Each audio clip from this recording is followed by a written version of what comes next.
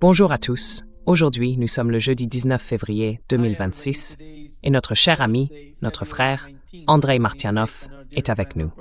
Bon retour parmi nous, Andrei. Avec plaisir. Veuillez cliquer sur le bouton j'aime et suivre Andrei sur son site web smoothiex12.blogspot.com. Vous pouvez également le suivre sur sa chaîne YouTube du même nom. Andrei, permettez-moi de commencer parce que Donald Trump a dit à propos de cette coalition de la paix, ou quel que soit le nom qu'il lui donne. Voici ce qu'il a dit à propos des bombardiers B-2.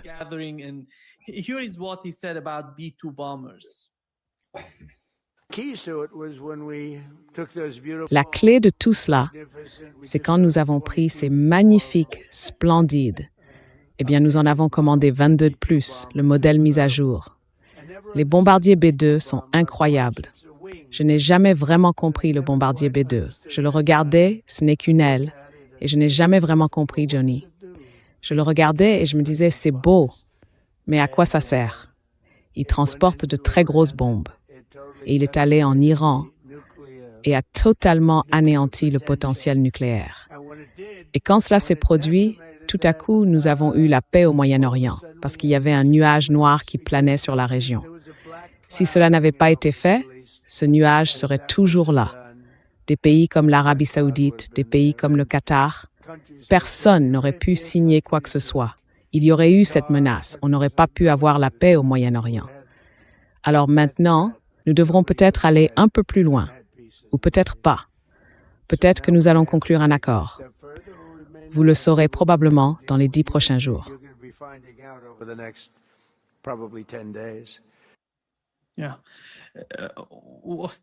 Oui, Andrei.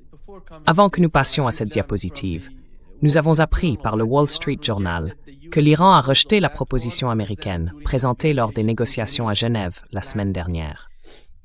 À la place, ils n'ont offert qu'une concession modeste concernant leur programme nucléaire. Les responsables américains affirment qu'il est peu probable que l'impasse soit résolue. Tu vois ce qui se passe. Personne ne comprend mieux que toi l'aspect militaire de cette situation.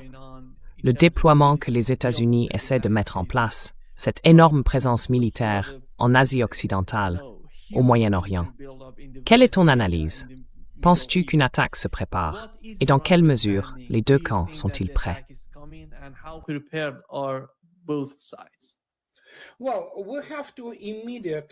Eh bien, il faut définir cela tout de suite, car aux États-Unis, le sens du mot « guerre » est devenu presque un concept mythologique. La dernière véritable guerre que les États-Unis ont menée, c'était le Vietnam, une guerre qui impliquait réellement des opérations terrestres. Je ne parle pas de démolir l'armée à moitié illettrée et fondamentalement arriérée de Saddam Hussein, alors que les États-Unis disposaient de plus d'un semestre pour rassembler des forces de coalition et affaiblir un pays dépourvu de véritable défense aérienne. L'Iran, c'est une toute autre histoire. La manière américaine de faire la guerre n'en est qu'une seule. Il y a un schéma, et tout le monde le connaît. Ils lancent simplement toutes les armes à distance dont disposent les États-Unis, puis prétendent qu'ils essayent de neutraliser les défenses aériennes.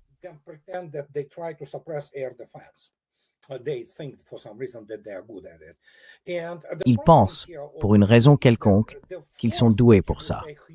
Le problème ici, évidemment, c'est que la force, ce que nous appelons une énorme force, n'est pas vraiment si énorme. Si on y regarde de plus près, d'accord, ils disent que 2 groupes aéronavals seront présents. Très bien. Les groupes aéronavals, c'est bien. Et chacun d'eux peut théoriquement déployer, enfin, cela dépend, disons environ 60 avions d'attaque du type F-18. Et encore une fois, des F-35. Donc s'ils pensent pouvoir simplement pénétrer dans l'espace aérien iranien et utiliser des JDAM, ils risquent d'avoir une sérieuse surprise. Le plus probable, c'est qu'en réalité, ils transporteront tous ces JASSM, qui sont des armes à distance de sécurité.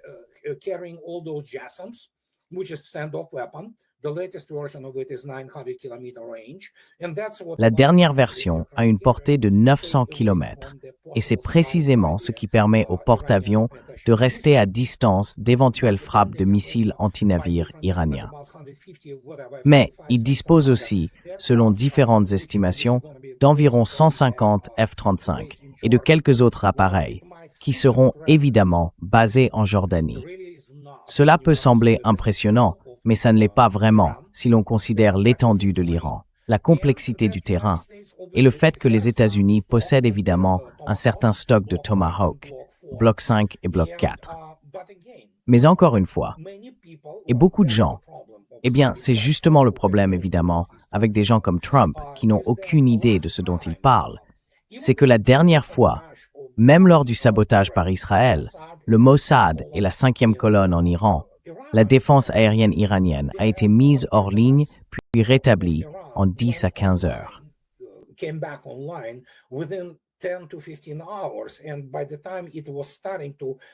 Au moment où il revenait en ligne, il fonctionnait déjà à environ 70% de son efficacité. Donc, les Iraniens disposent d'une véritable défense aérienne. Il reste à voir ce qui va se passer. Mais vous savez quoi? Le schéma est toujours le même. Ils lancent tout ce qu'ils ont. Mais encore une fois, les États-Unis sont incapables de soutenir des opérations à long terme. C'est à cause de leur très faible production dans le complexe militaro-industriel et de leurs armes extrêmement coûteuses et inefficaces. Vous vous souvenez de la dernière attaque? Où était-ce? Un tiers des Tomahawks n'ont même pas explosé. C'est donc une question complexe pour eux.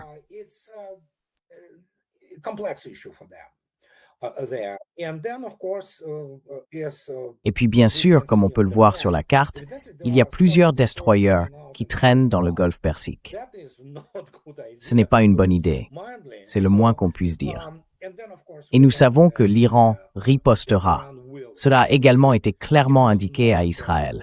Ils vont y passer quoi qu'il arrive, malgré le fait qu'Israël, comme d'habitude, mente.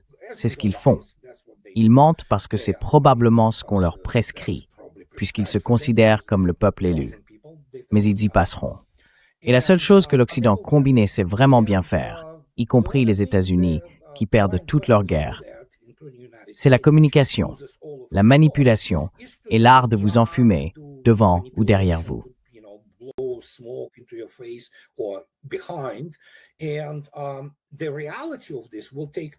Et la réalité de tout cela ne se révélera qu'avec le temps, une fois la poussière retombée. Mais encore une fois, je ne pense pas que les États-Unis disposent des ressources nécessaires pour soutenir l'opération requise contre l'Iran. Et voici le problème, l'Ukraine. Certes, c'est pour cela que l'OTAN a été démilitarisée. Ils ont tout donné pour soutenir le régime terroriste de Kiev. Mais l'Ukraine, si l'on compare à l'échelle, a une population plus petite. L'Iran, lui, a une population énorme, environ 90 millions d'habitants. Ainsi, les Russes, en 4 ans, ont augmenté le nombre et le niveau de leurs armes à un point que l'industrie américaine n'a pas pu atteindre en 20 ans. Donc, nous verrons bien.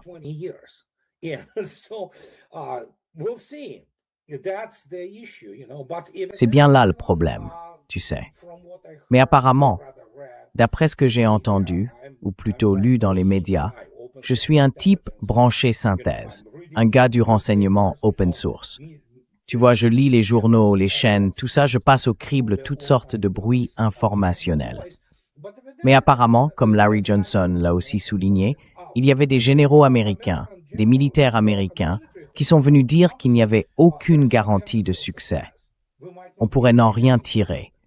Et ils pourraient détruire certains sites, tu sais, industriels et civils. L'OTAN est très douée pour attaquer les civils. Voilà, c'est à peu près tout. Il ne nous reste plus qu'à attendre et voir ce qui va se passer.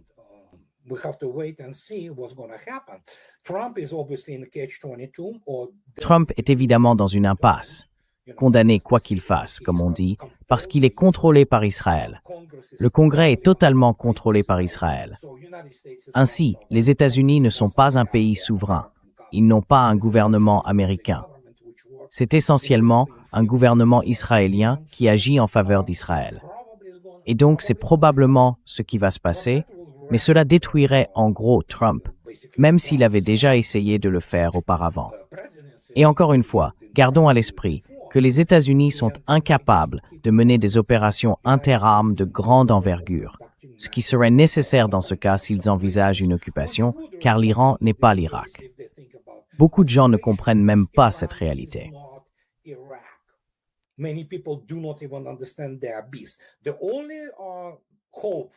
Le seul espoir des États-Unis, et tu le sais mieux que moi, bien sûr, c'est la 5e colonne à Téhéran, principalement. Et c'est à peu près tout. Voilà le schéma. C'est la planification stratégique au niveau maternel, primitif du Pentagone et de la CIA. D'accord, pendant les 20 à 25 premiers jours, on balance tout ce qu'on a. Ensuite, voyons s'il y aura une mutinerie. La 5e colonne, la CIA, intervient, essaie de renverser le régime, et les choses continuent.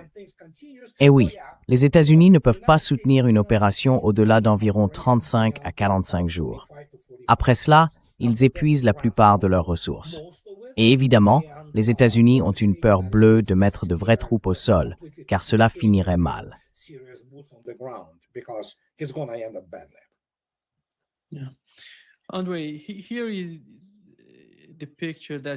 André, voici l'image qui montre la portée des missiles iraniens, allant de 300 à 2500 km. Alors, selon toi, quelle serait la stratégie de l'Iran? Supposons que les États-Unis commencent à attaquer l'Iran, essentiellement les bases militaires ou les lanceurs de missiles. Ouais. Est-ce que ce sera la première initiative des États-Unis? Comment l'Iran réagirait-il à cela?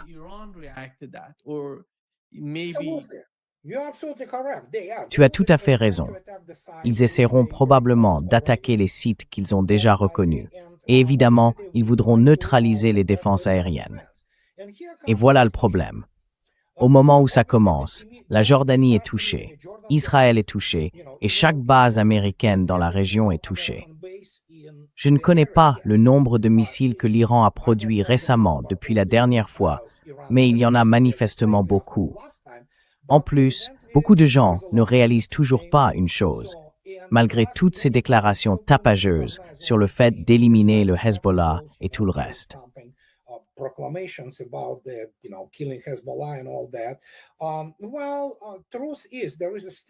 Eh bien, la vérité, c'est qu'il existe encore un réseau très développé du Hezbollah et des services spéciaux iraniens, directement iraniens, dans la région, qui peuvent jouer un rôle important en matière de reconnaissance, de sabotage et d'autres activités de ce genre.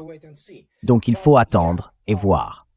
Mais oui, nous sommes clairement dans ce qu'on appelle dans le jargon militaire russe, le jargon professionnel militaire russe, la période de menace.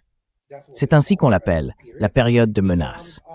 Et après cela, il faudra attendre et voir jusqu'où cette échelle d'escalade nous mènera. Mais les États-Unis essayent évidemment de faire tout ce qu'ils peuvent maintenant pour atténuer leur réaction.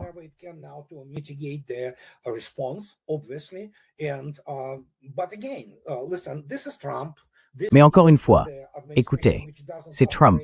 C'est une administration qui ne fonctionne pas en se basant sur les intérêts nationaux américains en matière de politique étrangère. Donc il va commettre cet acte qui sera abominable, et ensuite nous devrons attendre et voir. Mais oui, l'Iran, c'est ce dont nous sommes sûrs.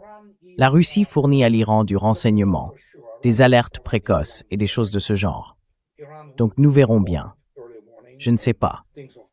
Je ne sais pas non plus ce que la Russie et la Chine livraient là-bas, surtout la Chine, parce qu'il y a eu environ 50 vols de leurs avions de transport. Pour l'instant, ce ne sont que de pures spéculations.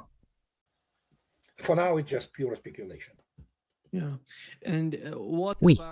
Et qu'en est-il? Vous avez mentionné que les JASM ont une portée de 900 km. Qu'en est-il des systèmes de défense aérienne de l'Iran? S'ils sont russes ou produits localement, quelle est la portée de ces systèmes?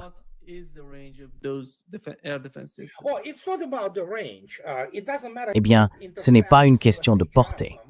Peu importe si cela intercepte un JASM à 20 km ou à 5, il est quand même intercepté, il ne fait pas de dégâts. Donc, encore une fois, le JASM, les États-Unis sont obsédés par cette histoire de furtivité qui est totalement surestimée. Et vous savez, ne vous y trompez pas, les Russes utilisent eux aussi des technologies militaires furtives. C'est juste que cela réduit la portée de détection et d'autres paramètres de ce genre. Et cela dépend aussi de l'hémisphère. En général, c'est une technologie frontale, là où elle est furtive.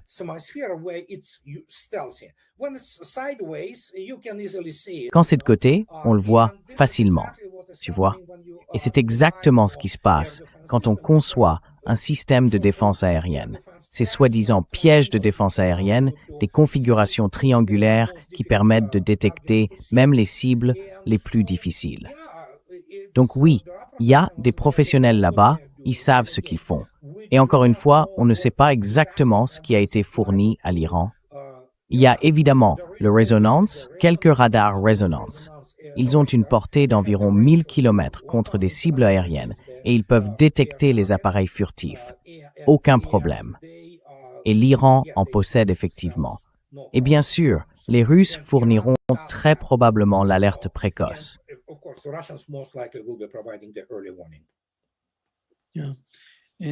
Oui. Est-ce que cela inclut les Chypriotes? Non. La marine russe et une partie de la composante de surface, avec les Chinois, effectuent actuellement des manœuvres là-bas. Il y a une corvette russe, le Stoïki, qui a fait escale au port de Bandar Abbas. Donc il y a bien une présence sur place. Mais encore une fois, il faut comprendre. Vous souvenez-vous de ce que Vladimir Poutine a dit il y a environ 6 à 8 mois? Je ne me souviens plus exactement, mais je vais citer, et vous pouvez facilement le retrouver dans les actualités ou sur le site du Kremlin. Il a dit « Nous avons proposé à l'Iran une coopération en matière de défense aérienne. L'Iran a refusé à ce moment-là. » C'est une citation directe de Vladimir Poutine. Donc je veux dire, ont-ils changé d'avis depuis? Très probablement. Très probablement. Mais ont-ils eu assez de temps pour le faire? Je ne sais pas. Vous savez, n'oubliez pas, vous le savez aussi bien que moi, qu'il existe une certaine faction libérale pro-occidentale au sein du gouvernement iranien, qui n'est peut-être plus aussi influente qu'avant, mais qui veut toujours jouer ce jeu en Irak. D'une certaine manière, l'Iran doit jouer à ce jeu des négociations. Oui, négocier jusqu'à la fin des temps. Rien de mal à cela. Mais il y a aussi une compréhension, et je suis d'accord avec M. Alistair Crook, ou Sir Alistair Crook comme j'aime l'appeler, ou Larry Johnson, ou d'autres observateurs de la région, que l'Iran parle encore à partir d'une position de force. Ils savent que les États-Unis sont plutôt fragiles sur cette question. Et encore une fois, n'oubliez pas, ce n'est pas ainsi que se mènent les vraies guerres.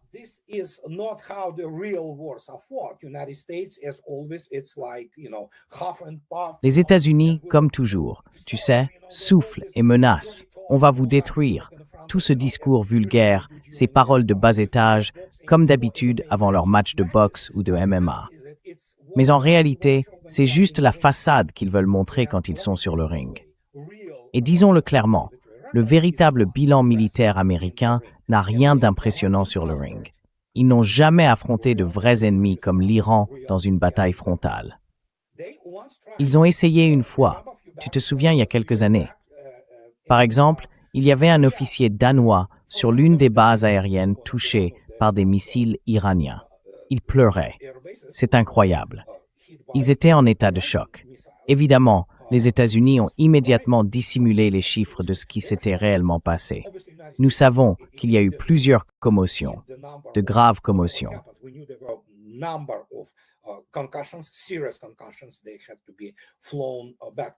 Ils ont dû être rapatriés par avion aux États-Unis. Il y en avait des dizaines et des dizaines, vous savez, beaucoup de monde. Alors, y a-t-il eu des morts du côté américain? Les États-Unis ne peuvent pas subir de pertes. C'est impossible. Ils n'ont jamais été préparés à cela. L'armée américaine n'est pas conditionnée à combattre et à subir des pertes. Point final. C'est aussi simple que ça. Donc, comme vous le comprenez, les Iraniens le savent. Et il faut comprendre qu'ils sont très conscients du fait que si les États-Unis décidaient, d'une manière ou d'une autre, de déployer des troupes au sol, ce serait la fin de l'administration Trump et le système politique s'effondrerait. Le Vietnam semblerait une promenade de santé à côté de cela. Donc, on revient à la case départ. Lançons tout ce que nous avons.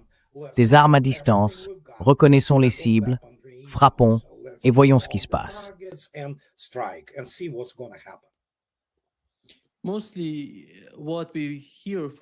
La plupart du temps, ce que nous entendons des médias traditionnels, et même de certains médias alternatifs, c'est que si les États-Unis attaquent, ils vont détruire des infrastructures, blesser des gens, tuer des gens, et que le nombre de victimes va augmenter. Mais personne ne parle de ce qu'ils ont pour se défendre contre les Iraniens. Avec quoi vont-ils se défendre? Des Patriots. Combien de batteries Patriot y a-t-il réellement sur place?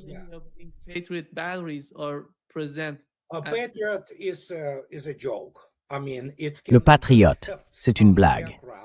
Je veux dire, il peut intercepter certains avions. Mais quand il s'agit de cibles rapides ou même balistiques, bien qu'il ait été conçu pour les missiles balistiques, eh bien l'Iran dispose de ces blocs manœuvrables qui changent de trajectoire lors de la rentrée. On pourrait les qualifier de manière approximative d'hypersoniques, mais ce ne sont pas vraiment des armes hypersoniques.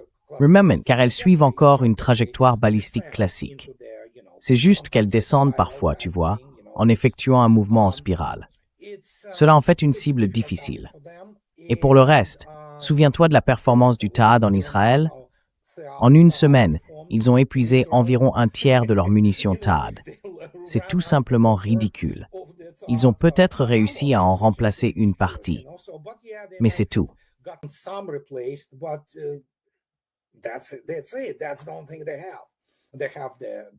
C'est tout ce qu'ils ont. Ils disposent du Patriot et du THAAD, et c'est tout. Eh bien, évidemment, en ce qui concerne leurs destroyers, c'est pour cela qu'ils les ont déplacés dans le Golfe Persique, pour créer une sorte d'écran dans la direction générale des frappes de missiles iraniennes. Ils pensent que, vous savez, les SM-2 et les SM-6 pourraient intercepter ces missiles. Mais quand vous en avez des centaines qui volent, même avec 3 destroyers, même si 80% de ces 96 cellules sont chargées d'armes de défense aérienne et antimissiles, qu'est-ce que vous avez vraiment? Peut-être quoi? 200 missiles, 250 au maximum, entre les SM-6 et les SM-3. Et vous allez de toute façon en manquer. Pendant ce temps, l'Iran en a des milliers. Et les gens oublient encore une chose. L'Iran possède aussi des missiles de croisière.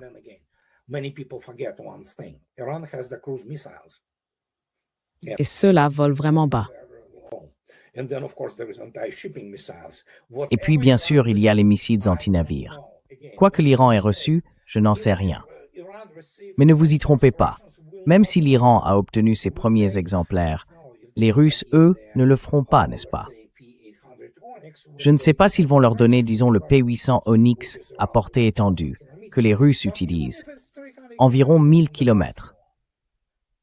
Mais même si c'est 300 km avec le Bastion, c'est déjà suffisant pour semer le chaos dans le Golfe Persique.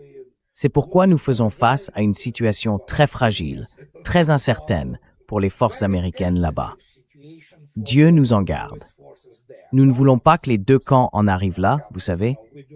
Mais les soldats américains, eux, obéissent simplement aux ordres, et ils feront tout ce qu'on leur dira de faire. Et alors, tout pourrait exploser. Et Trump serait encore plus acculé. Et encore une fois, ce n'est pas un stratège, pas plus que les gens du Pentagone ou de la CIA. Ils ne savent pas ce qu'est une véritable stratégie.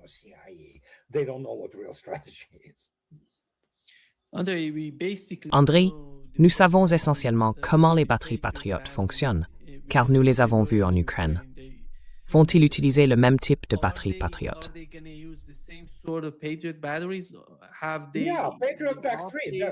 Oui, le Patriot Pack 3.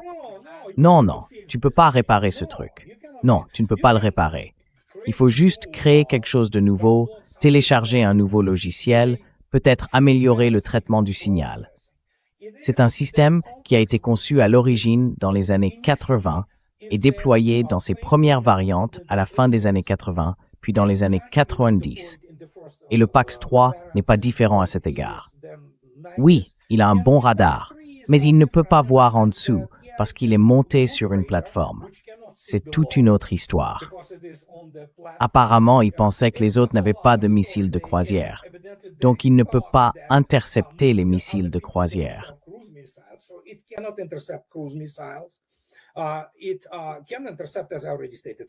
Il peut intercepter, comme je l'ai déjà dit, peut-être des cibles balistiques simples et éventuellement abattre quelques avions.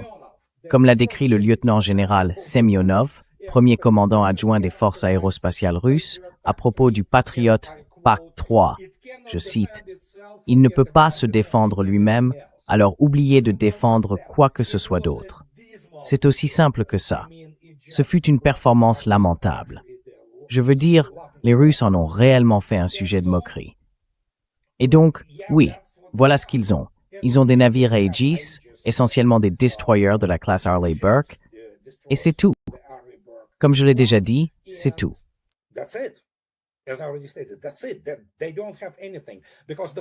Ils n'ont rien, parce que toute l'idée de la défense aérienne aux États-Unis, qui est absolument rétrograde, technologiquement obsolète, a toujours reposé sur cette notion. Ah oui, la puissance aérienne. Nous allons rassembler tous ces éléments, regrouper toutes ces escadres, voler, supprimer la défense aérienne, puis les bombarder jusqu'à les anéantir. Cela ne fonctionne pas avec des militaires sérieux. Et encore une fois, la seule chose sur laquelle ils peuvent compter, c'est la 5e colonne à l'intérieur, et évidemment des cellules dormantes à l'intérieur même de l'Iran. Voilà, en gros, l'idée derrière la réalisation de l'objectif politique. Et le système THAAD, si je me souviens bien, est un système cinétique. Ouais, frapper pour Threeswer. Afin de détruire le missile, oui. Frapper pour tuer, oui. C'est trop difficile à faire. Cela a échoué en Israël. Bien sûr que c'est difficile.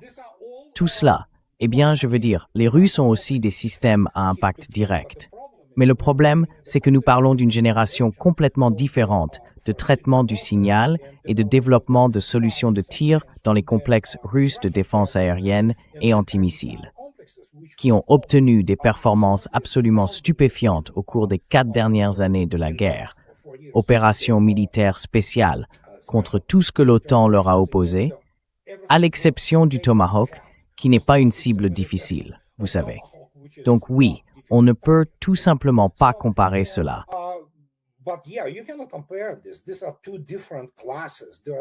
Ce sont 2 catégories différentes, 2 univers différents, en ce qui concerne l'élaboration concrète de la solution de tir.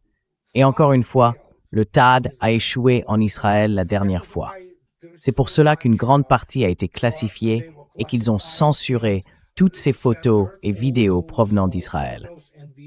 Ils ne veulent tout simplement pas les montrer, parce qu'ils savent que l'ampleur de la destruction était complètement, enfin, très différente, tu vois, de ce qu'ils ont essayé de présenter. Donc on verra bien. Comme je l'ai déjà dit, c'est difficile à dire, car évidemment, je n'ai pas accès aux décisions des autorités politiques ou religieuses en Iran.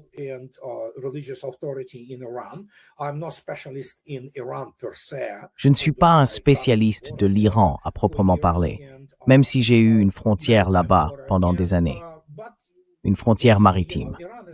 Mais nous verrons bien. Vous savez, l'Iran est une société très complexe. Je suis sûr que la majorité des Iraniens n'aiment pas ce que l'opposition libérale pourrait leur proposer, donc nous verrons. Et encore une fois, d'habitude, quand une guerre commence, ou ce que les États-Unis considèrent comme une guerre, cela signifie des bombardements. C'est la seule chose qu'ils connaissent. On ne peut pas s'attendre à ce que des gens ordinaires se rendent. En réalité, cela renforce généralement leur société. Et oui, nous verrons.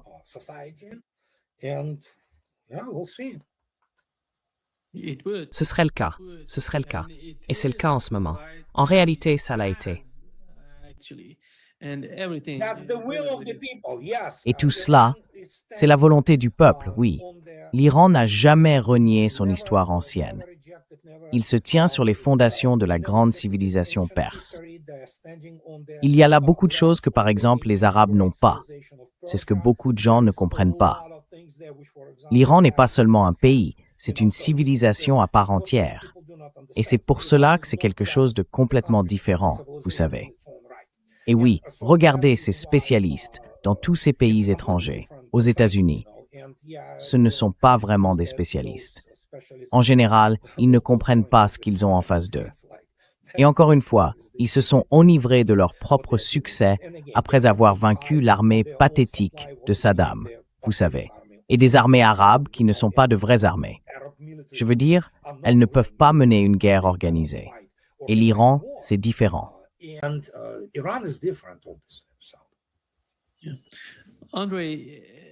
André, selon votre compréhension, si une attaque se produit, les États-Unis vont-ils agir sans Israël, ou bien Israël se joindra-t-il aux États-Unis dans les premières heures, au moment de l'attaque?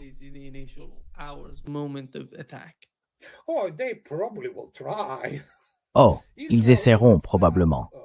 Israël lui-même, encore une fois, ce que beaucoup de gens ne comprennent pas, c'est que sans les armes nucléaires, la seule chose qu'ils possèdent vraiment, c'est ce que les États-Unis leur fournissent. Ils dépendent aussi complètement de cette idée idiote de la bataille aérienne, avec une importance énorme accordée aux forces aériennes. Mais c'est à peu près tout. Ils pourraient essayer, parce qu'ils ont, évidemment, des moyens américains sur place, y compris ces ravitailleurs. Donc, ils pourraient tenter les F-35. Encore une fois, la dernière fois, ils ont été vraiment choqués lorsque les radars iraniens ont effectivement verrouillé les F-35. C'est pourquoi ils ont, en quelque sorte, essayé de faire passer ce message à l'Iran. Si ça commence, ce n'est pas nous, c'est uniquement les États-Unis. Oui, bien sûr. Les Iraniens ne sont pas des gens naïfs. Ils savent ce qui se passe.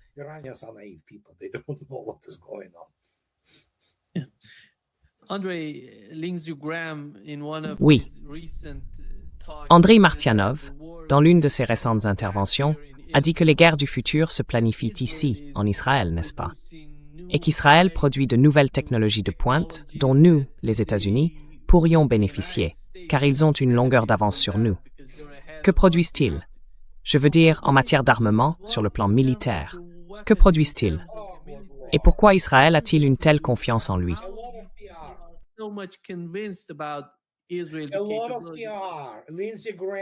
Beaucoup de relations publiques. Lindsey Graham est la nouvelle obsession. Il est vieux, mais en gros tout le monde le met en avant. Et bien sûr, le lobby israélien. Le lobby israélien aux États-Unis et cette bande de sionistes chrétiens, ils n'ont aucune idée de ce dont ils parlent, parce que tout cela consiste simplement à faire du bruit. C'est du pur étalage typique de la région. C'est à peu près général. Cela ne concerne pas seulement les Juifs. Les Arabes font la même chose. Vous savez, c'est de la frime. La réalité, c'est qu'Israël s'est fait battre par le Hezbollah en 2006 au Litanie. Et toute cette technologie, voyons, c'est toute une machine de relations publiques contrôlée par les forces israéliennes aux États-Unis, d'Hollywood aux médias.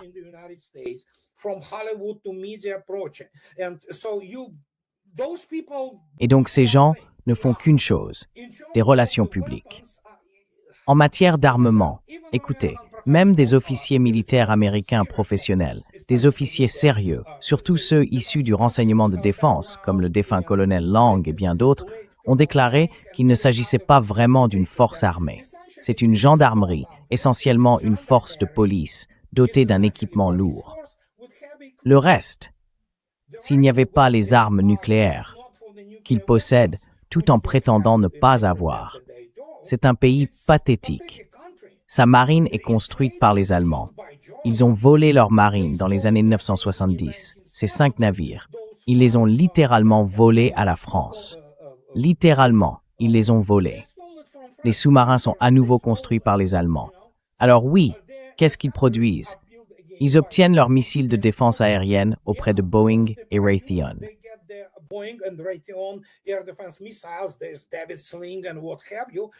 Il y a le système David Sling et d'autres du même genre. Ils, vous savez, dévissent les étiquettes fabriquées aux États-Unis et vissent celles de Rafael Systems, vous voyez. Ils ont certaines capacités en matière de traitement du signal, et c'est à peu près tout. Une grande partie de tout cela est volé aux États-Unis. Mais encore une fois, regardez les politiciens américains. Ils leur vendent tout. Ils ne travaillent pas pour les États-Unis. Ils travaillent pour Israël, vous savez. Voilà, rien de plus. C'est un petit pays qui vit essentiellement aux dépens des États-Unis. Que voulez-vous que je dise? C'est à peu près la mesure de leurs compétences militaires. Ils peuvent combattre les Arabes, mais les Arabes sont nuls en matière de force interarmes. Ils ne savent même pas ce que c'est.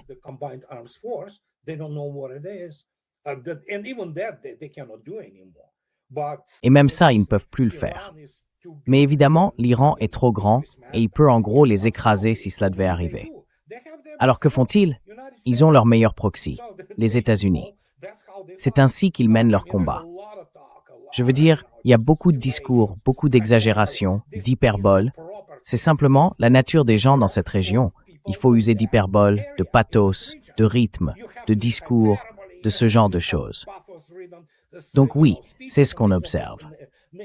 Mais à part ça, enfin voyons, c'est un pays plus petit qu'un des arrondissements de Moscou en termes de population. Ils ont une bonne industrie pharmaceutique, ça c'est sûr. Ils sont vraiment doués dans ce domaine. Et ainsi de suite.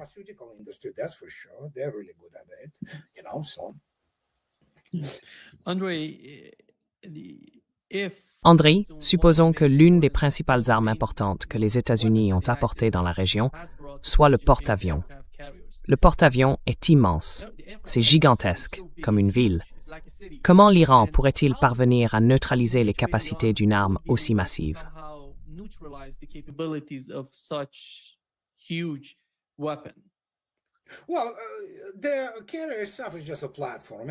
Eh bien, le porte-avions en lui-même n'est qu'une plateforme. Sans son groupe aérien, il n'est rien en réalité. C'est essentiellement un énorme tas de métal très sophistiqué. Mais la seule façon de le neutraliser, évidemment, la marine des États-Unis n'est pas stupide, c'est qu'elle comprend la question de la vitesse. Elle gardera donc les porte-avions aussi loin que possible des côtes iraniennes, afin de ne pas se mettre à portée des missiles anti-navires iraniens. L'Iran dispose d'un nombre assez important de drones longue portée, ce qu'il a démontré récemment lorsqu'un des destroyers, faisant partie du groupe aéronaval du Roosevelt, a dû abattre un drone iranien envoyé là comme un message, du genre « On vous voit ».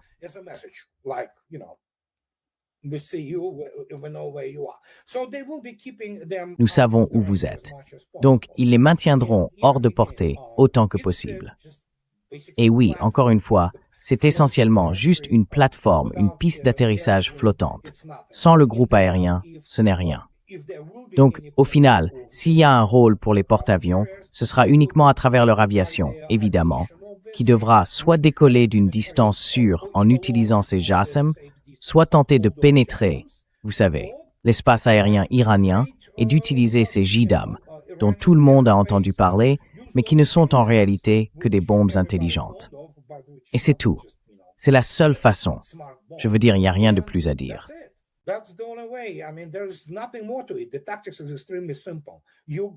La tactique est extrêmement simple. Si tu t'approches du requin, tu es mort, tu vois?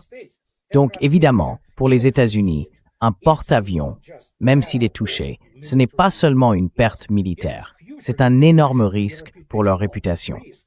Et les États-Unis ne peuvent pas se permettre ce genre d'humiliation. Les États-Unis ne cessent de s'humilier eux-mêmes, mais ils essaient constamment de le dissimuler. Tu vois, ils ont finalement été vaincus en Ukraine. Mais ils vont évidemment essayer de s'en tenir à l'écart. Le problème ici n'est pas celui-là. Le problème, ce sont les groupes de destroyers qui se trouvent maintenant dans le Golfe Persique. C'est une situation risquée.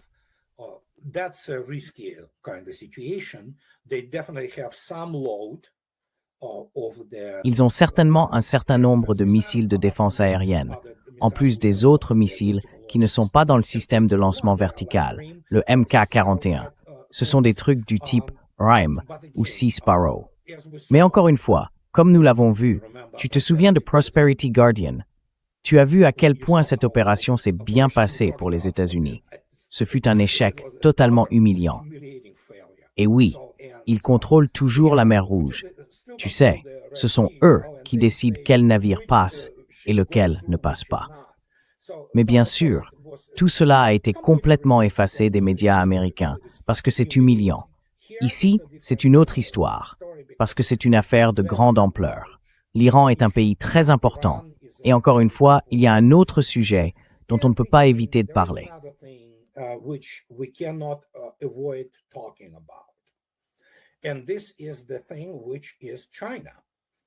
Et c'est là tout le problème avec la Chine. Près d'un tiers du pétrole chinois transite par le Golfe Persique et par l'Iran.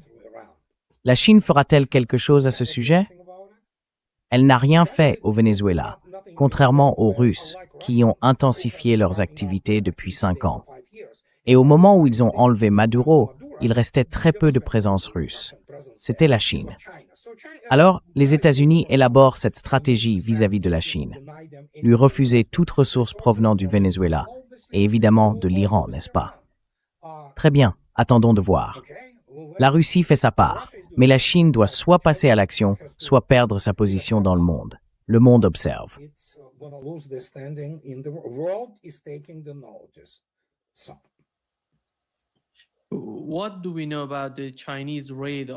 Que savons-nous des radars chinois? Il semble qu'ils soient actuellement présents en Iran, ou peut-être qu'ils sont intégrés au système de défense aérienne russe. Je ne sais pas si cela s'est réellement produit avec le système de défense iranien. Qu'en pensez-vous? Je veux dire, oui, les Russes n'intègrent pas vraiment quoi que ce soit de chinois.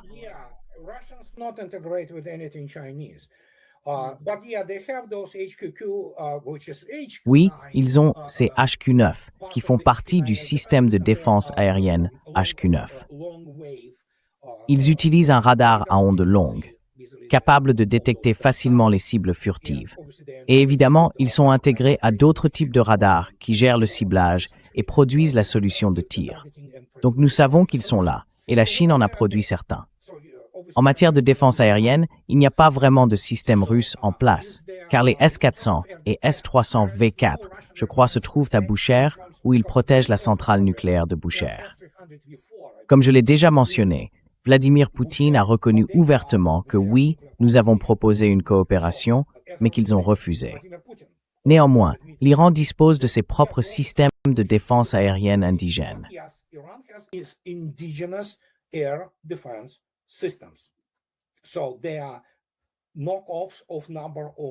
Donc, ce sont des copies de plusieurs systèmes. Certains sont essentiellement des S-300. D'autres ont été développés avec l'aide, en fait, de nul autre que les Nord-Coréens. Ils disposent donc de systèmes de défense aérienne, y compris à longue portée.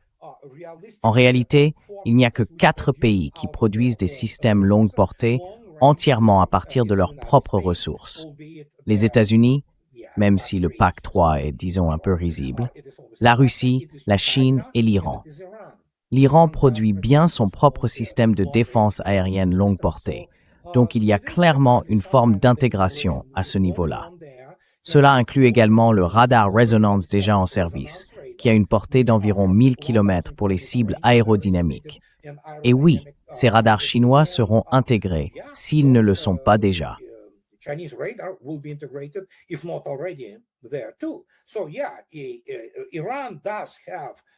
Donc oui, l'Iran dispose d'un champ radar plutôt correct, si l'on peut dire, qui couvre pas mal de territoires, et il est intégré à des systèmes capables d'abattre des cibles. Souviens-toi de la façon dont ils ont descendu le Global Hawk.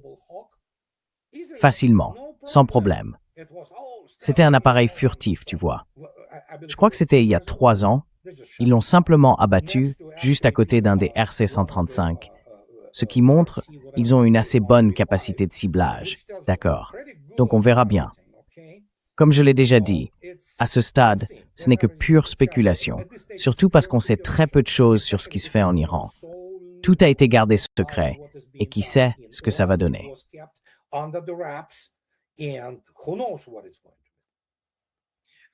Que savons-nous de l'armée de l'air là-bas, des avions de chasse qu'ils possèdent?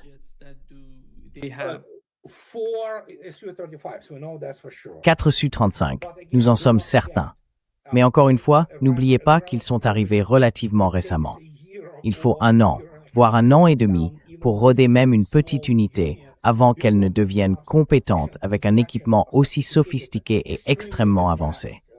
Le Su-35S est indéniablement le meilleur chasseur du monde aujourd'hui, à l'exception du Su-57. Il possède un impressionnant palmarès de combat et des radars et systèmes extrêmement perfectionnés. Il est en réseau. À cause de cela, c'est un système complexe. Je suis presque sûr que des pilotes iraniens les pilotaient déjà en Russie, mais pour le faire fonctionner comme leur propre unité, comme leur propre système.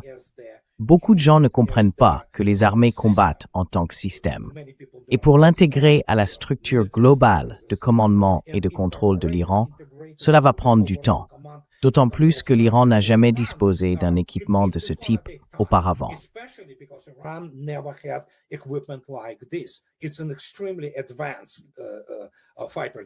C'est un avion de chasse extrêmement avancé. On dit qu'il y a quelques J-10 ou quelle que soit la série J de la production chinoise. Donc s'ils en ont, tant mieux. Je veux dire, c'est un appareil correct. Il n'est évidemment pas aussi puissant que le Su-35, mais cela reste un avion assez moderne, doté d'une avionique relativement récente. Donc s'ils en ont, tant mieux, qu'ils s'entraînent dessus. C'est certainement mieux que les MiG-29 dépassés. Ils ont les premières versions de ces appareils, des MiG-29A des années 1990. D'accord? Ce sont donc des avions plus modernes et bien plus performants, bien sûr.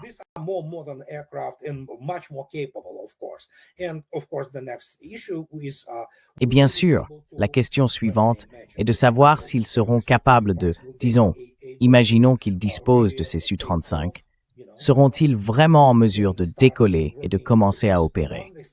Parce qu'une fois qu'ils le feront, et surtout selon l'armement qu'ils transporteront, ils pourraient représenter une menace extrêmement inquiétante pour tout avion de l'US Air Force. Je ne parle même pas du F-35, mais des F-15 ou de tout autre appareil qu'ils ont là-bas. Ils ne veulent pas croiser ce genre d'avion. Et il y a une autre question, bien sûr, celle de l'Azerbaïdjan et des opérations du Mossad et des Israéliens menées essentiellement depuis le territoire de l'Azerbaïdjan. Je ne sais pas ce qui a été dit à M. Aliyev par... Je pense qu'ils vont l'obtenir s'ils...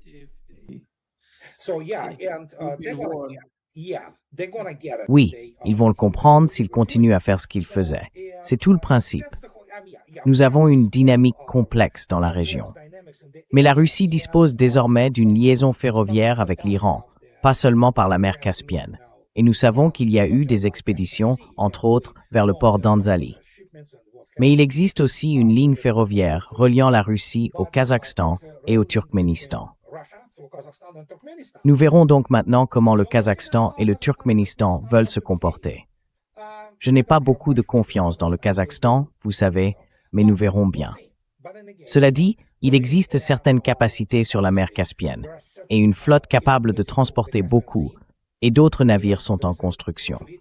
Nous ne parlons donc pas seulement d'Astrakhan. Nous avons aussi évoqué Makhachkala et Maranroi sur l'île de Caspienne.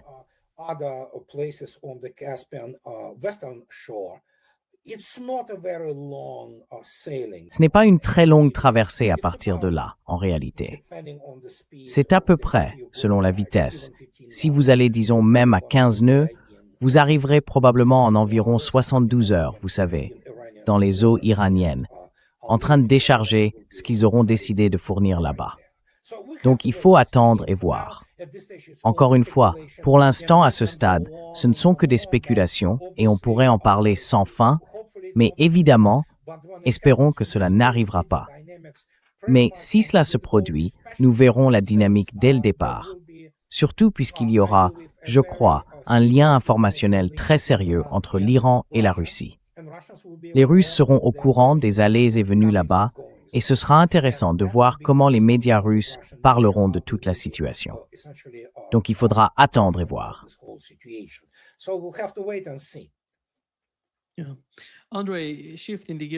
Oui. Andrei, pour changer un peu de sujet et parler du conflit en Ukraine et des négociations en cours, en ce qui concerne les négociateurs du côté russe, il semble que Medinsky dirige les discussions. Mais qui est-ce vraiment? Est-ce Kirill Dmitriev, ou Medinsky, ou le ministère russe des Affaires étrangères qui, d'une manière ou d'une autre? Non, ils sont tous des représentants de M. Poutine.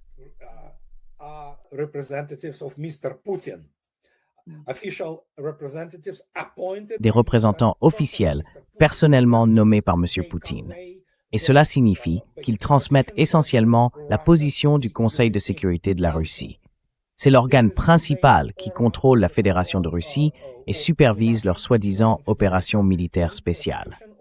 Donc, comme je l'ai déjà dit, ces négociations ne mènent nulle part. Elles sont menées pour le simple fait de négocier, pour continuer ce théâtre kabuki. Et encore une fois, chaque fois qu'ils se réunissent, ils échouent parce que les Russes ne considèrent pas les États-Unis comme un médiateur. En substance, ce qui a été dit à Trump lors d'Anchorage, nous ne savons pas exactement ce qui a été dit, mais nous connaissons l'esprit de colère et tout cela. C'est que les États-Unis, ou plutôt M. Trump, et non les États-Unis, étaient visés.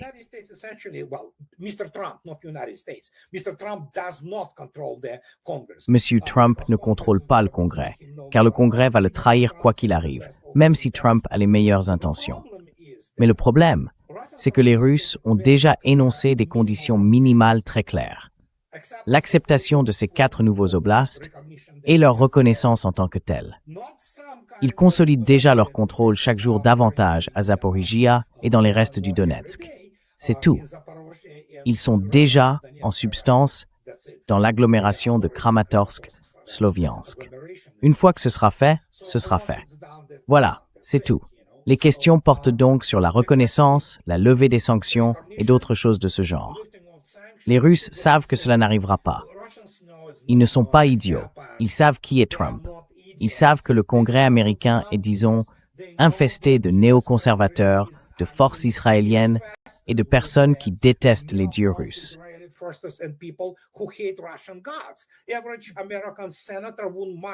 Le sénateur américain moyen ne verrait aucun inconvénient, vous savez, à ce que des Russes meurent dans des camps de concentration. Vous savez, c'est comme ça qu'ils sont. Donc dans toute cette situation, les Russes le font pour le théâtre kabuki, pour montrer au reste du monde que oui, ils insistent sans cesse. Nous sommes ouverts aux négociations. Mais devinez quoi? Immédiatement, M. Medvedev, il y a seulement quelques heures, intervient pendant cette réunion, car il est le chef du parti politique Russie Unie. Et n'oubliez pas qui est M. Medvedev, premier vice-président du Conseil de sécurité de la Russie. Il est en réalité le deuxième homme le plus puissant du pays après Vladimir Poutine. Et il dit, devinez quoi, je cite, « D'une manière ou d'une autre, nous allons finir par... »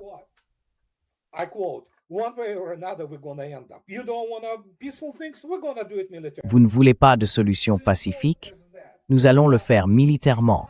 Aussi simple que ça. Mais chaque fois qu'il progresse, eh bien, Zelensky ne peut pas le faire parce que c'est un imbécile, honnêtement. Il est en plein effondrement mental maintenant. Et bien sûr, quand on regarde l'Europe, c'est pathétique. Ils veulent continuer la guerre, mais ils n'ont tout simplement plus les ressources pour le faire. Les Russes le savent, et ils savent que cela va se résoudre par des solutions militaires.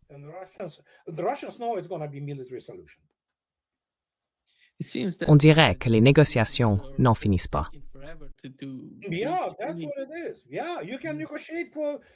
Oui, c'est bien ça. Vous pouvez négocier pendant les 5 prochaines années si vous le souhaitez. Et encore une fois, M. Medinsky était là. J'en parle dans ma vidéo d'aujourd'hui qui sera bientôt en ligne. M. Romerov et l'autre, Arakmer, ces dirigeants politiques ukrainiens, ont eu cette réunion de 2 heures avec M. Medinsky après l'échec des négociations. Les gens demandent, pourquoi ont-ils fait cela? Eh bien, ils avaient besoin d'une garantie pour leur vie. C'est ce qu'ils essayaient d'obtenir. S'assurer qu'ils ne seraient pas tués, arrêtés, persécutés, jetés en prison, ou peut-être même tués, vous voyez.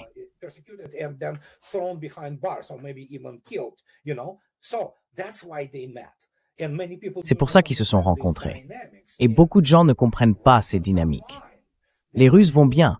Ils peuvent mener cette opération militaire spéciale pendant des années et des années.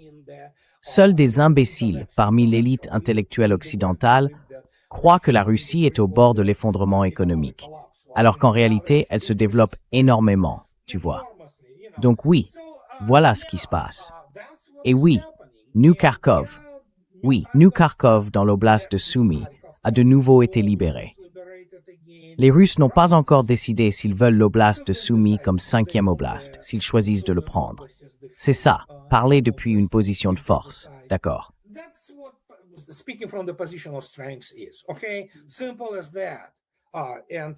C'est aussi simple que ça. Et vous avez la domination dans l'escalade. Donc oui, laissez les États-Unis et l'Occident unis, surtout l'Europe, se détruire contre ce mur de briques. C'est exactement ce que M. Lavrov a dit lorsqu'il s'est adressé à la Douma d'État il y a 2 jours. On lui a demandé de parler aux membres, et il l'a fait. Qu'a-t-il dit? Il a dit « On ne peut pas traiter avec l'Europe, ce sont nos ennemis existentiels. Point final, c'est terminé. » Voilà, la Russie parlera aux États-Unis, mais c'est une toute autre histoire, pour des raisons bien précises. 2 superpuissances doivent négocier entre elles.